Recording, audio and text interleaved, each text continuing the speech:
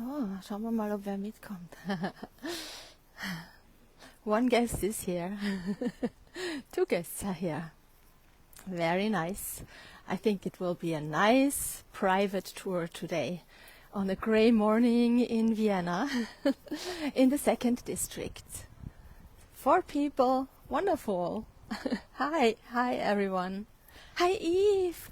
Oh my God. What time is it in Virginia? You are the best, really, you are the best. You see, can you hear the bells? Can you hear me? That's very important. Can you hear me? Give me a heart if you can hear me. The 5 of you who are here so far. Can you hear me? Eve, give me a heart, please.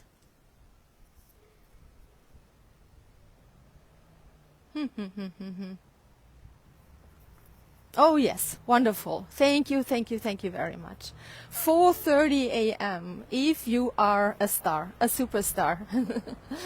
All right, my friends. So as I said, this will be a very, very private tour today. But never mind, it's very exclusive. And I see that 7 people are joining in the meantime. This will be the 3rd part of the Jewish tours that I did over the last year or 2 years approximately. I did the first tour in the city center, around Judenplatz, and then down to the former Gestapo headquarters. I was talking a lot about the Jewish history in the Middle Ages, the first Jewish community that lived in the city center within the city walls.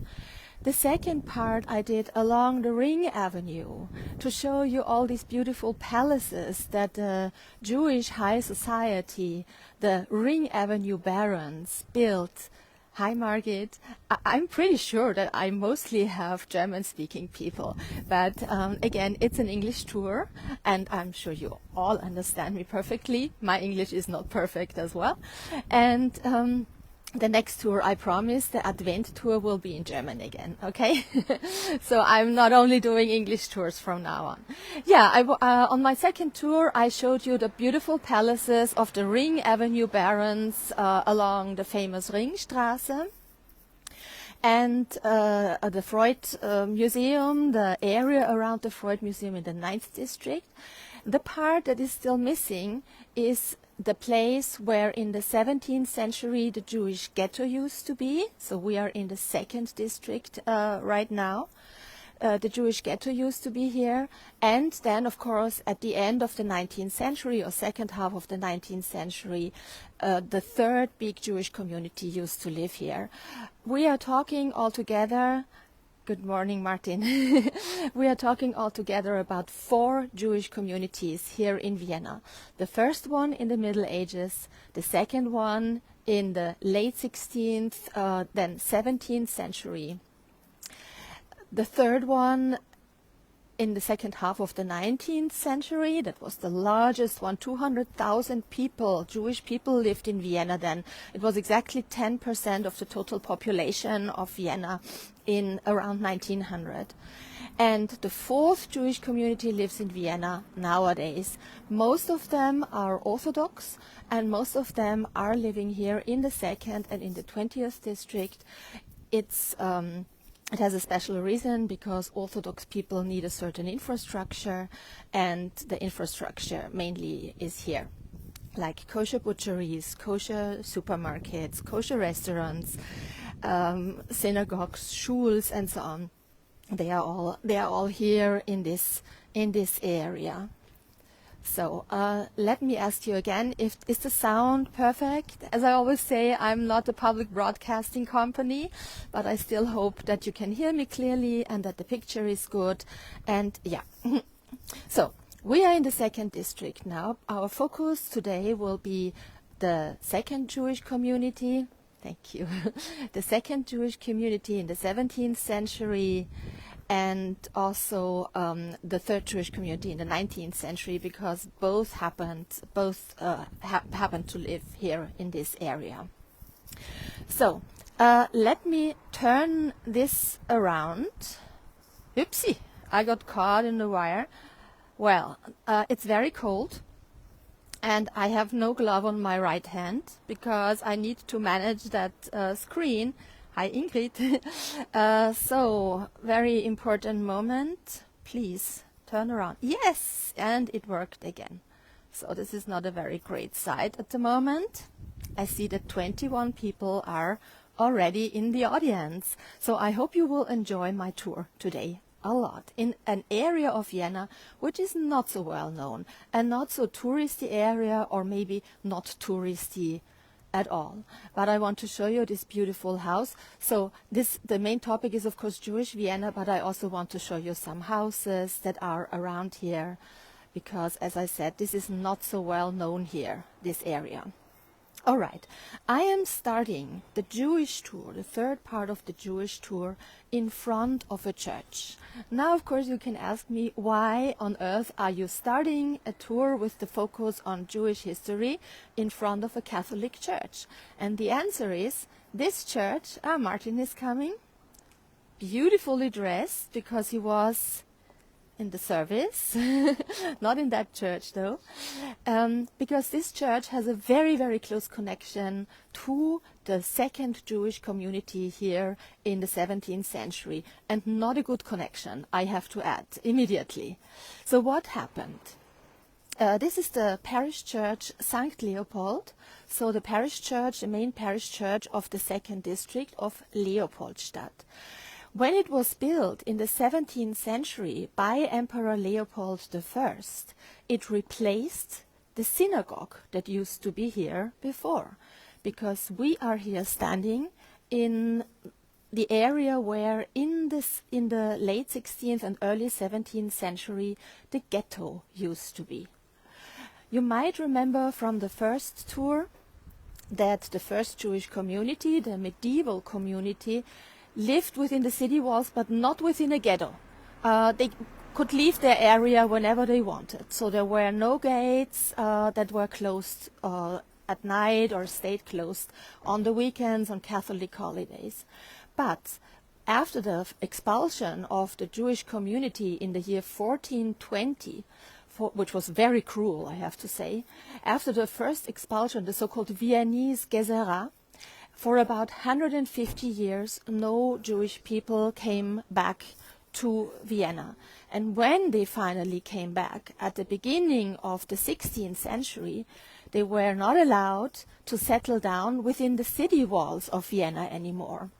The emperor of those days told them, okay, you can be here, but not within the walls. You have to go to the other side of that river, which we nowadays know as the Danube Canal, and there you can stay, but you have to stay in a ghetto. And what does it mean? It means that, first of all, they stayed on an island between various parts of the Danube River, so it was not a very convenient area to live because there were constant floodings. And they stayed in the ghetto, which was surrounded by a wall. There were gates in the wall. The gates were opened in the morning, they were closed at night, and they stayed closed on weekends, especially on Sundays like today, and also on high Catholic holidays. So they were kind of, more or less, on the weekends they were kind of captured. They could not leave the area here. In the year 1670, and I'm going to start moving a little bit, oopsila, I'm going to start falling a little bit, I suppose. In the year 1670, Emperor Leopold I decided that he didn't want to have the Jewish people here anymore, that he didn't need them anymore. You know why? Because he had borrowed a lot of money from the Jews for his wars against the Ottomans. Oh no, it starts raining. Oh no, and I have no umbrella at all. But we will manage. We will manage. They did not say that it would rain today. But yeah, fingers crossed that everything will work out. Yeah, So Emperor Leopold I, he decided that he did not want to pay back the debts that he had. He did not want to pay back the money that he had borrowed from the Jews for the Turkish wars. And the easiest way to get rid of your debts is always to get rid of the moneylenders. So in the year 1670, he told all the Jewish people who lived here, you have to go. We don't want you here anymore. We don't need you here anymore. And all the people who lived around here, around the synagogue that used to be here formerly, had to leave and go into other parts of Europe. This plaque here on Pfarrkirche St. Leopold reminds us that in 1670, you see, I'm not telling any lies, Emperor Leopold I expelled the Jewish Viennese and commissioned a church instead of a synagogue. The new church was built in 1722, so this church here was apparently a newer variation of the church that Leopold I built. So we are standing here on the place of the old Jewish synagogue. There is a service going on, or there was a service going on in here just a few minutes ago. The problem, and now I'm going to start walking, the problem was that together with the Jewish community, Leopold I expelled the moneylenders, you know, and when they were all gone, he found out that, I made a big mistake because I need more money for my wars. And then he had a good idea. He said to various wealthy Jewish families who he had expelled before, okay, you can come back to Austria, to my country, and you have to give me as much money as I need for my wars, and I will protect you. So a few wealthy families were more or less invited to come back to Austria, and their only job here was to give the emperor as much money as he needed for his wars, for his soldiers, for the weapons, for the horses, and so on and so forth. The permission to stay here in Austria was kind of linked to the father of the family. That means when the father died, the whole family had to go. Because then, in the eyes of Leopold I, in the opinion of Leopold I, the whole family was useless. I know that this is not a nice story. Jewish Vienna tours are never nice, are never happy. That's because of that history that was always cruel, that was always sad, that was always a mixture between staying here, being accepted, and being expelled. So 1670 was the end of the second Jewish community here in Vienna, and only these so-called court Jews, Wertheimer, Oppenheimer, later also Arnstein and Rothschild, were accepted to stay here. And out of this little group of Jewish people, later emerged the third Viennese Jewish community, but much later, because only in the second half of the 19th century, after pogroms in Russia, many Jewish people came back here and again settled down here in this area. That was the time when Emperor Franz Joseph was already ruling.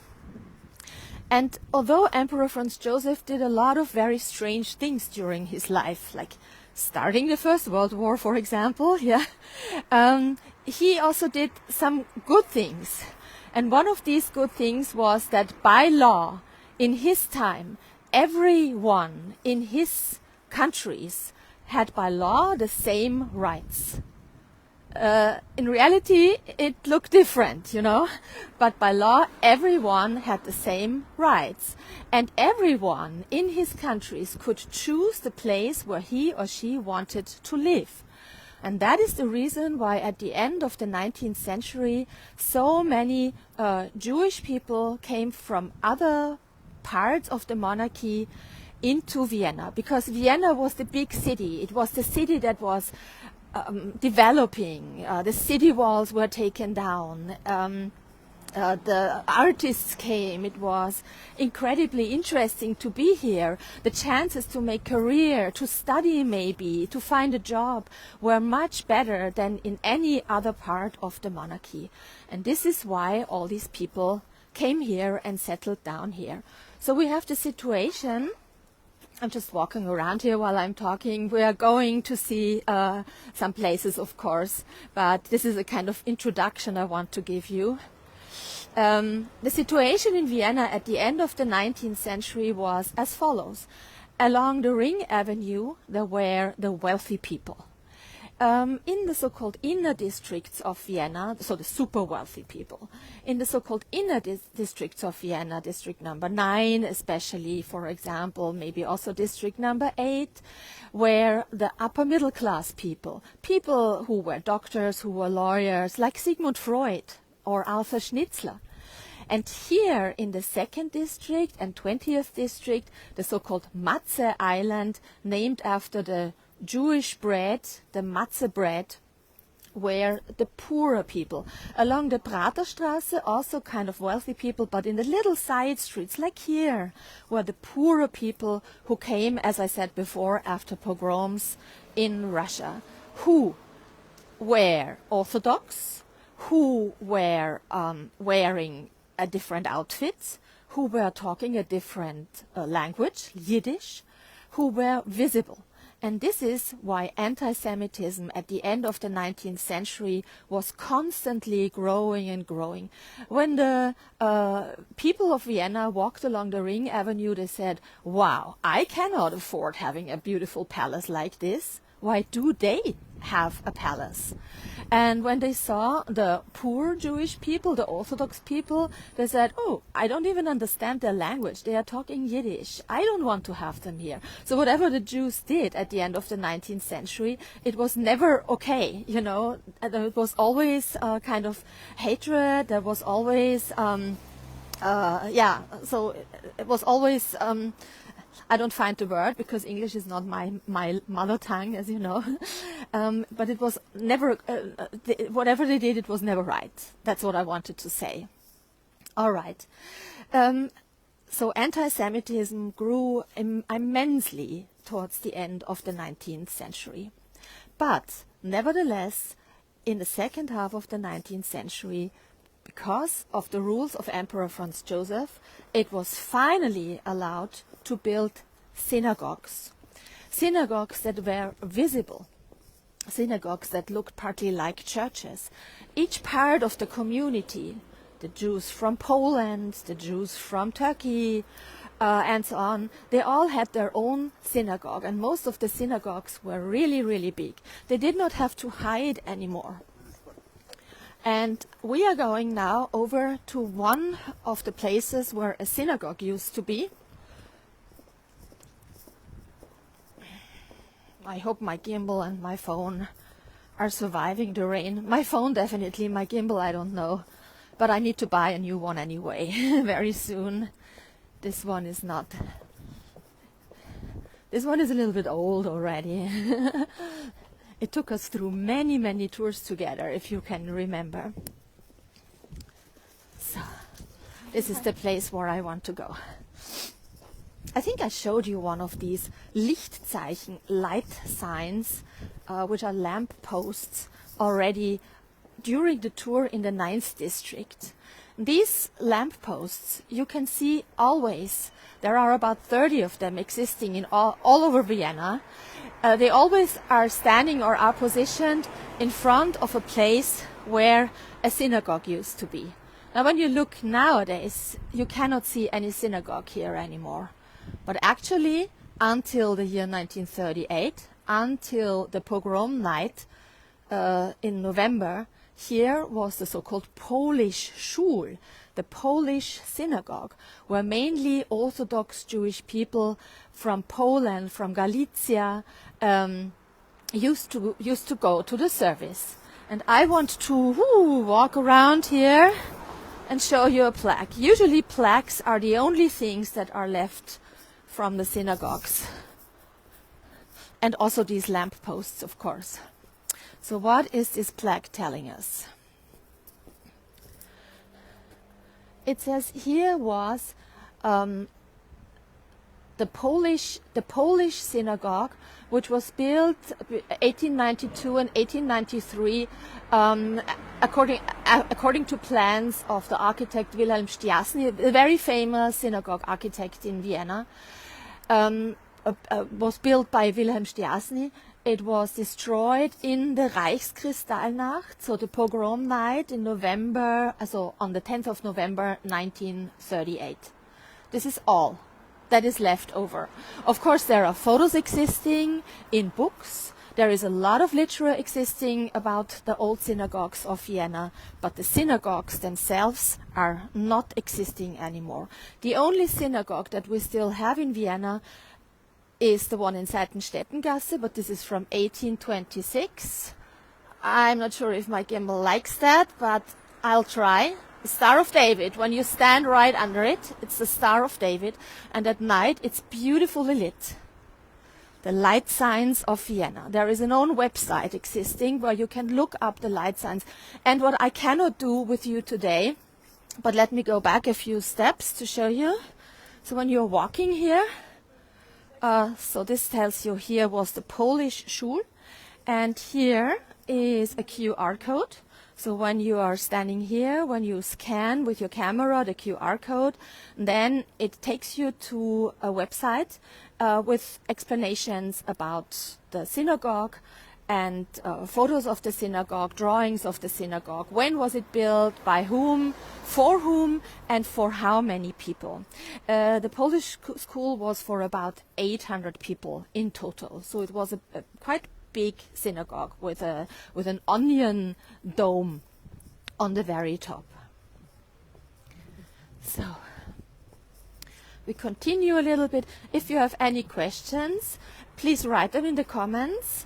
And if I can read them, if I am not too focused on talking and touring, I will answer them. If I don't see them, Martin will try to answer them. Although it's a tricky topic, I know.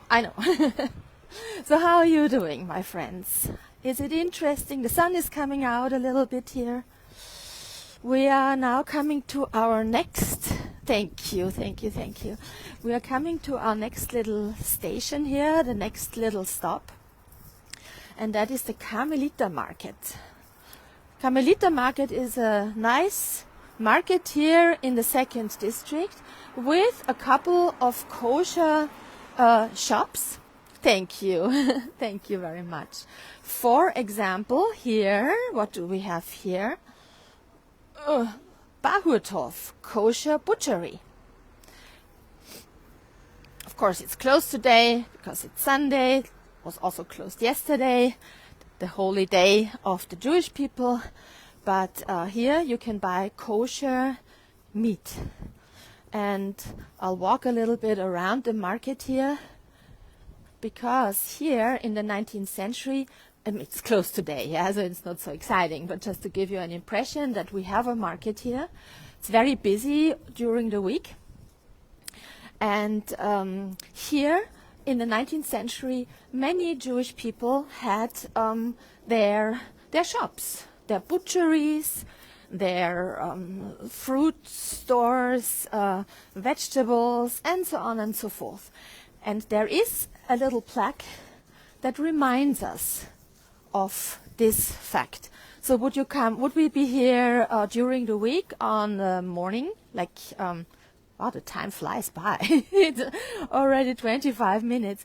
Would we be here during the week on a morning? There would be stalls everywhere. Like there would be farmers selling their produce and so on. So it's a very lively place. But Sunday morning in Vienna is quiet. The only places that are busy are coffee houses, like the little cute one on the other side of that little street, because people are having breakfast or having brunch, enjoying a lazy Sunday morning. So what I wanted to show you, where is the plaque? Here it is. So it's on the ground, one of those so-called stumble stones, or stones of remembrance, we have to call them here in Vienna. in memory of the owners of 74 market stalls or market stands who were Aryanized in the year 1938. Aryanized is a quite polite way to say they were taken away from their owners. Many of them were expelled and killed. And then you have just some names, as always, some names of the many people who were deported. So, for example, Rudolf Sonnenschein. We would need a little bit of Sonnenschein today. You can see when he was born, when he was deported, and where he was deported to. Like Therese Sonnenschein, deported in 1943, quite late, to Auschwitz, and killed in 1943. There is a real path of remembrance leading through the Leopoldstadt, which you can follow from the Tempelgasse into the 20th district. We are only seeing a very little part of it today. So now we have to walk a little bit faster, because I want to show you many more things. Let me run a little bit. So, we are switching back and forth from the second to the third community on this little walk. And we are going back to the 17th century now, to the second community, because we are going to walk now down the Sperlgasse. And Sperlgasse was in the 17th century more or less the main street of the ghetto. From Sperlgasse, little streets went to both sides, but Sperlgasse, the große Sperlgasse, you can see the name written there, was the center of this area here. And when you look at these houses, some of them with very interesting rooftop constructions nowadays, but the little houses, they are called the ghetto houses. These houses were not really the houses of the ghetto, but they are built on the foundations, on the core of these houses, are the old ghetto houses from the 17th century. So here in this area, you still have a little bit the impression of how the ghetto was built, how the design was, and that the houses here, of course, were much smaller because they were much, much older than the houses that were built in the late 19th century. So we are walking along the area of the old 17th century ghetto. Another reason, by the way, why Leopold I expelled the Jewish community in the 17th century was, besides the money thing, his wife. His wife was a very, very Catholic lady from Spain. She was a Spanish Habsburg princess. There was a little bit of inbreeding because she was his cousin and his niece and his wife. And during the whole marriage, which was very short, she called him uncle and he called her Gretel because her name was Margarete Maria from Spain. And she, as a really strict Catholic, disliked the Jewish people a lot. She did not like any other religion here in Vienna, and this is why she kind of said to her husband, I don't want to have them here. She had a couple of miscarriages, and she blamed the Jews. All these stereotypes that happened. We are now here looking at a school. So in the background, this is a school. This is Sperlgasse school. And I'm not going inside the courtyard now, but I know that there is a plaque. There is a plaque. And this plaque, again, reminds us that here in this school was one of the so-called collective camps. So what was a collective camp?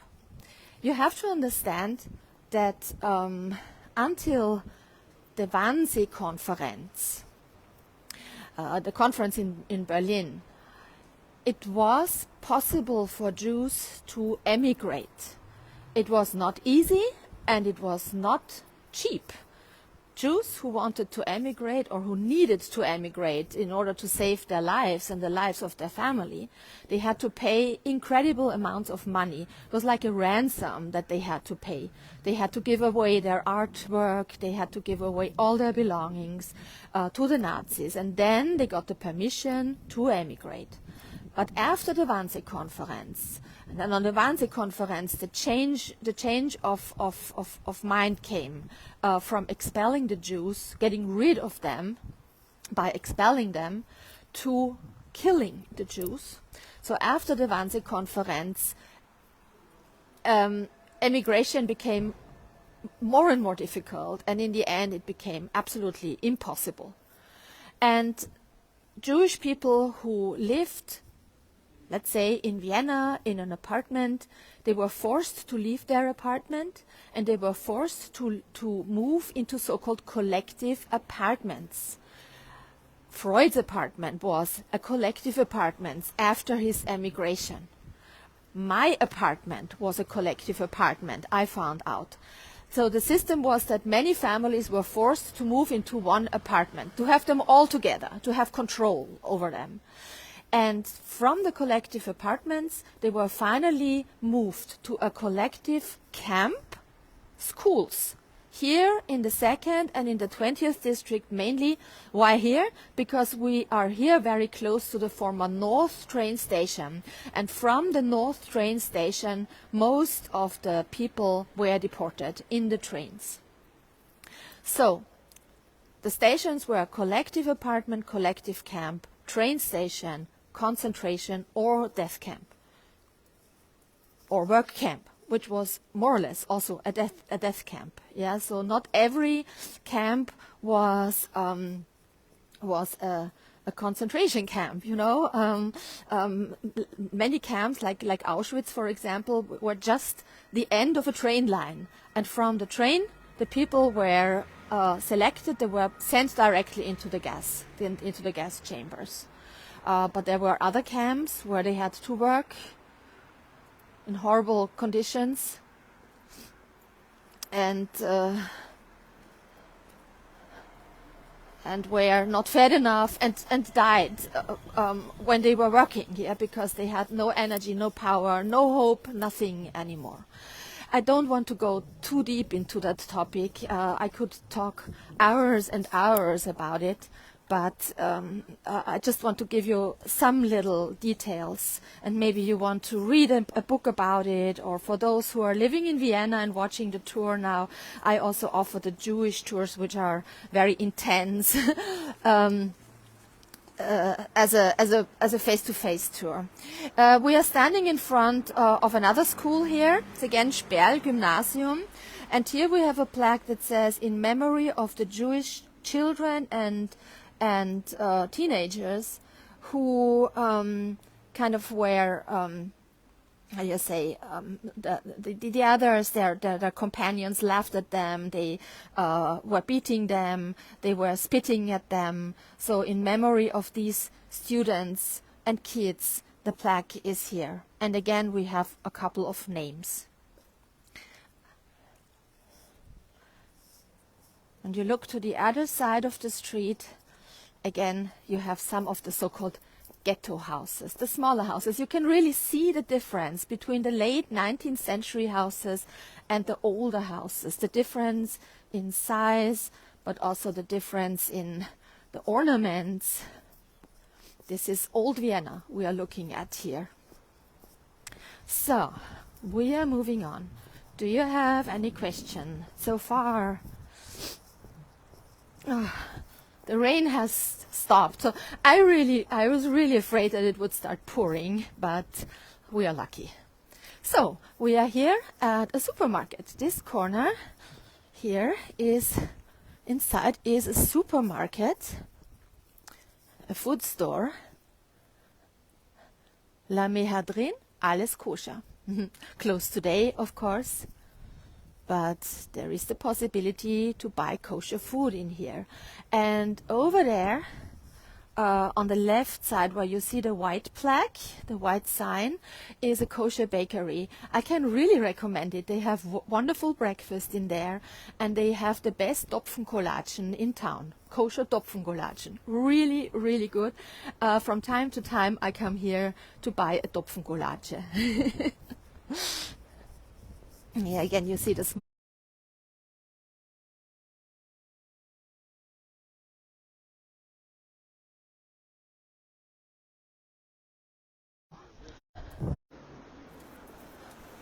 Okay, does it work again? Am I back? Eve? I don't know what's happening here. No signal. Is it better now? Can you hear me again? Okay, can you hear me again? Okay, thank you. This is the technical problem that I always have. I hope this was the last time that it was now on this tour. Suddenly you were gone and I could not really reconnect. But I see that you're all back again. I'm really sorry about that. But as I said, not ORF, Claudia Muchic, Alpine Focuses. So, last view over to the old ghetto houses. It's a very nice place here, and over there is the Tachles. The Tachles is a coffee house or a kind of jazz club, because there are jazz jam sessions. Oh, thank you for the thumbs up and for the hearts. You know how nervous I am always when I have those tours, and then something like this happens. But we are here to face challenges, and we are here to solve challenges, aren't we? So the Tachles over there is a jazz club or a club, music club, and sometimes when the Jewish the Klezmer festival is happening here in Vienna, then they have jam sessions here in the Tachles. We all know the expression Tachles. We talk Tachles, which can usually be a tough situation. Yeah, I'm going to talk Tachles to you. Yeah, I'm going to tell you what I think. Yeah, so this is a Yiddish word, and especially in the Viennese dialect. You're good. Do not worry. Thank you, Eve. And especially in the Viennese dialect, we use a lot of Yiddish expressions. So, for example, the Tachles, we are schlepping a lot around. In Vienna, we schlepp a lot around. Schlepp is Jewish. We are visiting the Mishpoche. We are giving Schmattes. Schmattes is Trinkgeld. And so on and so forth.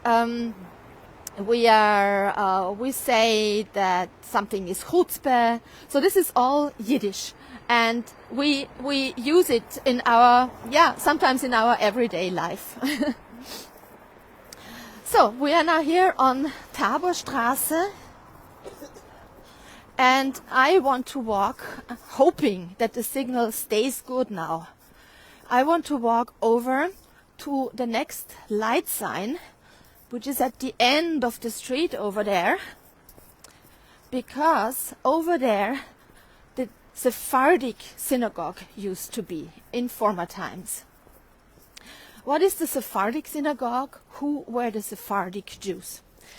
The majority of Jewish people here in Vienna at the end of the 19th century were Ashkenazim. So these people were mainly based in Eastern Europe and Middle Europe. The Ashkenazim spoke Yiddish. We just talked about the Yiddish expressions that we are using in the Viennese slang and in the Viennese dialect. The Sephardic Jews originally lived in Spain, so they have a Spanish tradition. But in the year 1492, when the Reconquista was more or less done, the Spanish Jews were expelled. And first they went to Portugal. From Portugal they also had to go, were also expelled. And then they went to Africa. And I don't know what's happening here. Maybe it's because of the synagogues close by. I have no idea. I'm walking in the It's always when I'm close to a shul. So I'm not sure that, I'm still hoping that you're enjoying the tour. My nerves. Yeah. So for example, over there, wherever you see a booth, there is a synagogue. And I am really suspecting that the lack of signal probably has something to do with the synagogues. It's just, I'm just guessing. I don't know, because now the signal works again.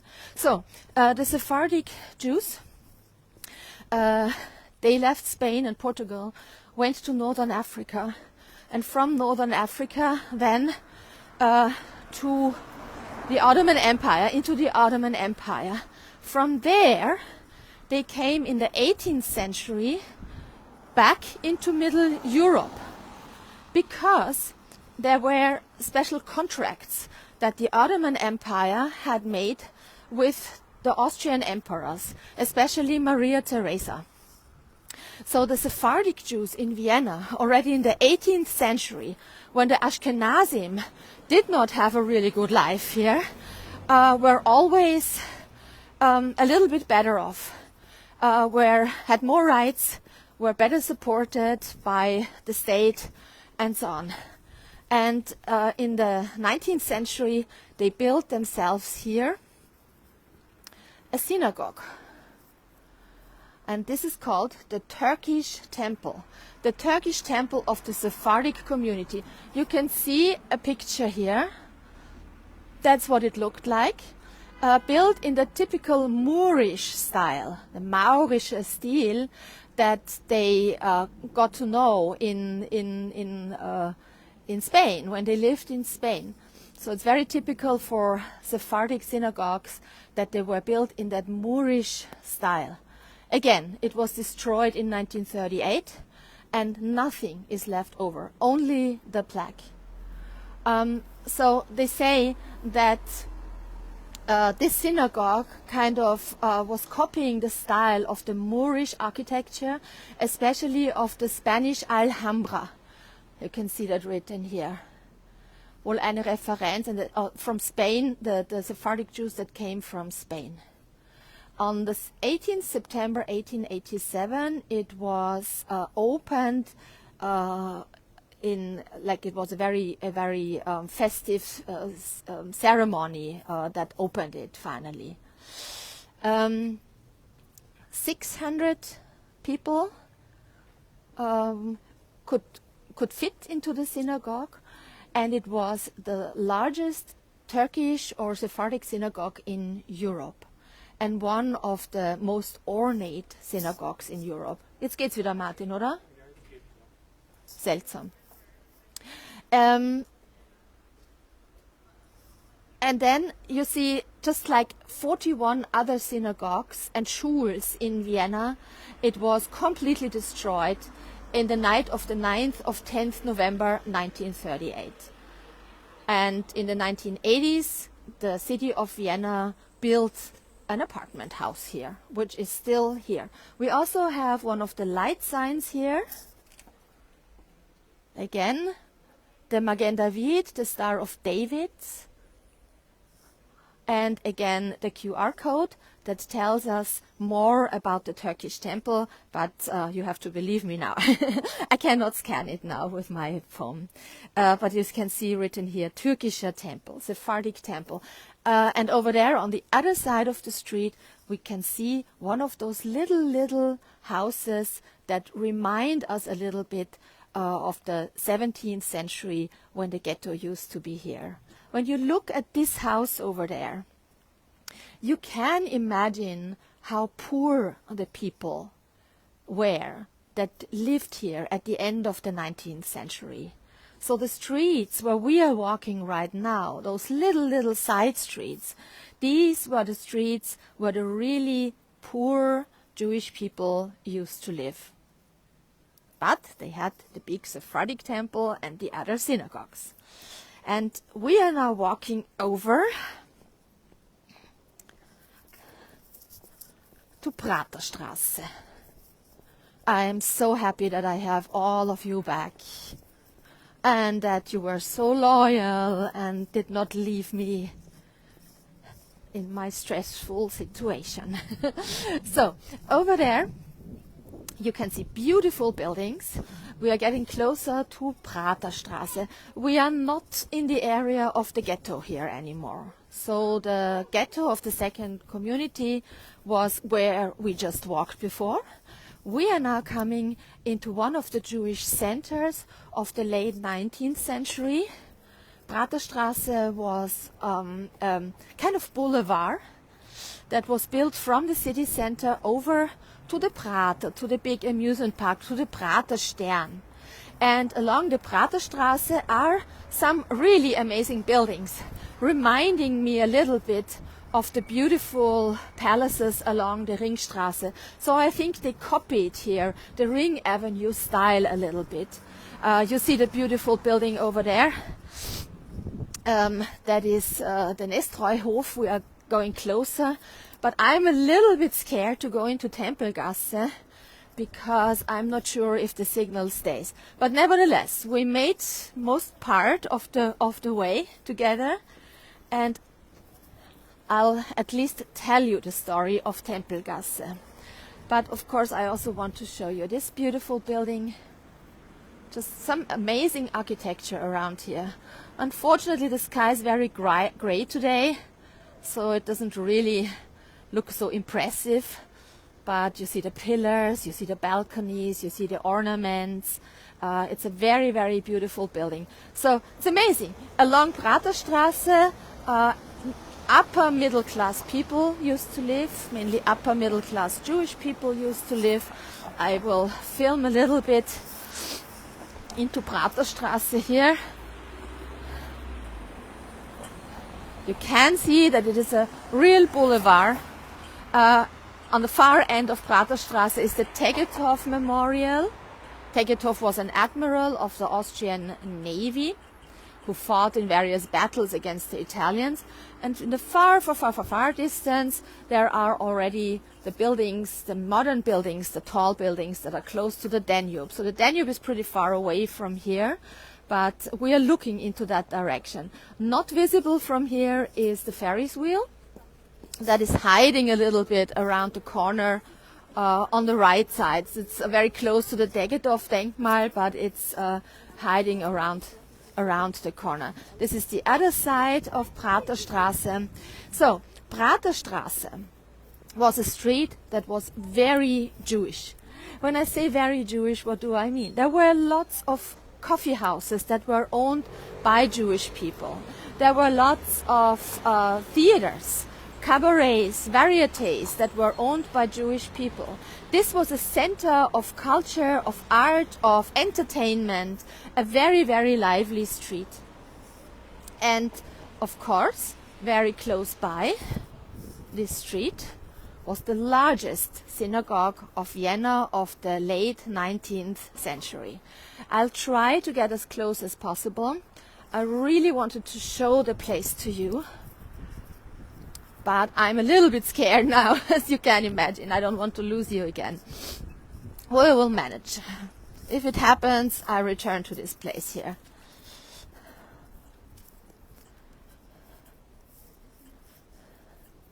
So, just wanted to show you the beautiful Nestroyhof. The architect of the Nestroyhof was Oskar Marmorek. He was a famous Art Nouveau architect in Vienna. He also built the, what's it called? There is a very big and very, very beautiful Art Nouveau building at the corner Gumpendorfer Straße and opposite the Flag Tower. And he also built the Raimundhof at the Vienna. Yeah? So he was very famous for his monumental apartment buildings, beautifully decorated, with beautiful ornaments. Oskar Marmorek was a close friend of Theodor Herzl, and also supported Herzl's idea of creating a state for the Jews. So Herzl had just published the book The Jewish State, and Marmorek was one of his very, very big supporters. So another view over to that incredibly big building along the Praterstraße. And I'll try to get closer now to the Tempelgasse. We are here already in Tempelgasse. Let me tell you a little bit. This is the final information that I'm giving you because the time is running out already. I told you at the beginning of the tour that at the end of the 19th century there were lots of 42 big synagogues in Vienna, freestanding big synagogues. And the largest of these synagogues was here in Tempelgasse. It was the so-called Leopoldstadt temple, also built in the Moorish style. It was for more than 1,000 people. Shall we try to go closer? Do you promise me to stay with me if I'm losing you? Give me some hearts. Hello, Ingeborg. Shall we try it? We try it. If not, stay with me, and I'll quickly walk back if it doesn't work. I'm also not so sure if they like me to film this, so I'm very careful anyway. So the Leopoldstadt temple was designed in the Moorish style, and you can see the last remaining part that survived the so-called Crystal Night or Pogrom Night in 1938 here. This was the original style of that synagogue. The synagogue had four kind of huge pillars, and that's why I want to go close to it, because I want to show you a photograph of it. You're so kind, really. Thank you for sending me all the hearts. So let's see if my theory is correct. But so far it works. I don't want to see that little red button again. So here we go. There is an exhibition about the synagogue, and that's what I wanted to show you. So this here was the synagogue, and here were 1, 2, 3, 4 pillars. There was an annex around the synagogue, and we are looking at this part. This part here was the annex of the synagogue. That is the last part that is still existing. Everything else is gone. Everything else was destroyed in 1938. Can you imagine what an incredible amount of negative energy was set free to destroy a huge building like this, and not only one, but 41 or 42 altogether. Incredible. So again, a picture of the synagogue. I think the architect was Max Fleischer. It says it was from 1858 until 1938 a place filled with life, where people prayed, worked, studied, celebrated, and also lived until they were deported and killed. And here, Martin, and here starts the path of remembrance through the Leopoldstadt. We already saw a couple of those plaques on the floor. You remember at Karmelitermarkt and in front of the school. And here it starts. So it says, in memory of all the Jewish people who had their homes in Leopoldstadt, in memory of all the Jewish people who had to live here in collective apartments. They were taken out of their lives and out of their homes. 30,000 of them were deported and killed, amongst them more than 1,600 children. In memory of the Jewish life that made Leopoldstadt so rich and so beautiful, and the Jewish culture that made all of Vienna beautiful, rich, and I don't know how to translate it, but I think you are getting the picture.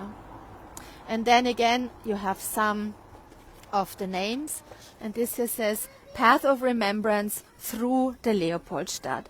It's very sarcastic and very cynical that the district, the second district, was named after the emperor that expelled the Jews. So Leopoldstadt is named after Emperor Leopold I, who expelled the Jews in the year 1670. All right, final thing, I showed you the pillars. Let me show you the inside of the synagogue. That's what it looked like. Some people also said our synagogues don't look like synagogues anymore. They look more like churches, like Catholic churches. So you see how beautiful it used to be inside. Very, very huge, very big. And here is another picture of the synagogue. We just saw, this part here. And you remember the 4 pillars, 1, 2, 3, 4. And now I'm going to cross the street and I want to show you the monument that symbolizes the pillars in the original size. And that is the amazing thing. So when you look at these white pillars over there, they show the original height, the original width, and the original size of the synagogue. And when you see how high these pillars are, then again you start thinking, what a mighty building that must have been, and how much energy was used to destroy it. So I can show this side part again to you. I'm very happy that the signal worked here. And I want to finish the tour at the corner over there. You see the grey booth again. This is always, as I said before, I think that's for the soldiers or policemen that are taking care of the synagogues, that are watching over the synagogues. Here on Tempelgasse is also a beautiful mosaic showing the old synagogue, the Leopoldstädter temple. I can show you the pillars once more. It's a very impressive monument, I think. And the name, Desider Friedman. Desider Friedman was the last president of the Jewish community before the Nazis came. He was killed in a concentration camp. And I'm going to finish the tour here at this corner. Oh, Café Ruth is not existing anymore. This was a little kosher grocery store that was owned by a very old gentleman, but apparently he passed away and it's gone now. You see here, it was a wild shop, really. I think he had everything inside, from chocolate to toilet paper. He had everything, and also Dead Sea mineral beauty he sold in here. Thank you, Krista. So, and finally, just a little hint, just a little information. In the building at the corner over there is also a synagogue. Actually, there are 2 synagogues. Georgian, I don't know if I pronounce it correctly, a Georgian and a Bukharian synagogue. I had the chance to go inside and see them both a couple of years ago, and they are very impressive. So the synagogues nowadays are not so obvious anymore. They are not freestanding anymore. Yeah, they are. You cannot automatically see that there is a synagogue when you walk through the streets. I think it's for security reasons, but they are existing and they are active. That's the synagogue over there. My friends, this was an exciting tour. I really, really hope that you enjoyed it, although we had these little problems, which we solved together. I was very excited because this is a really hard topic. It was the last Jewish tour that I did online now. We have them all three together now. Of course, there are light signs in other districts of Vienna as well. I know a couple of them in the 5th and 6th district. There is one in the 13th district because there were synagogues everywhere. There is one in the 8th district in Neudeckergasse. So if you're interested, if you live in Vienna or if you are visiting Vienna, this is a very different way to explore the city, to look for the light posts and follow the Jewish history and how much it has enriched the cultural life and the scientific life of the city. Yeah, as I said, I hope you liked it. I enjoyed myself a lot. Thank you for joining me. I wish you a wonderful Sunday. Wherever you are, enjoy your coffee, enjoy your lunch.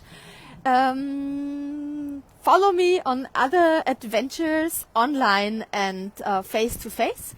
So at the beginning of December, I will give 2 online tours, Advent tours, so Christmas market tours.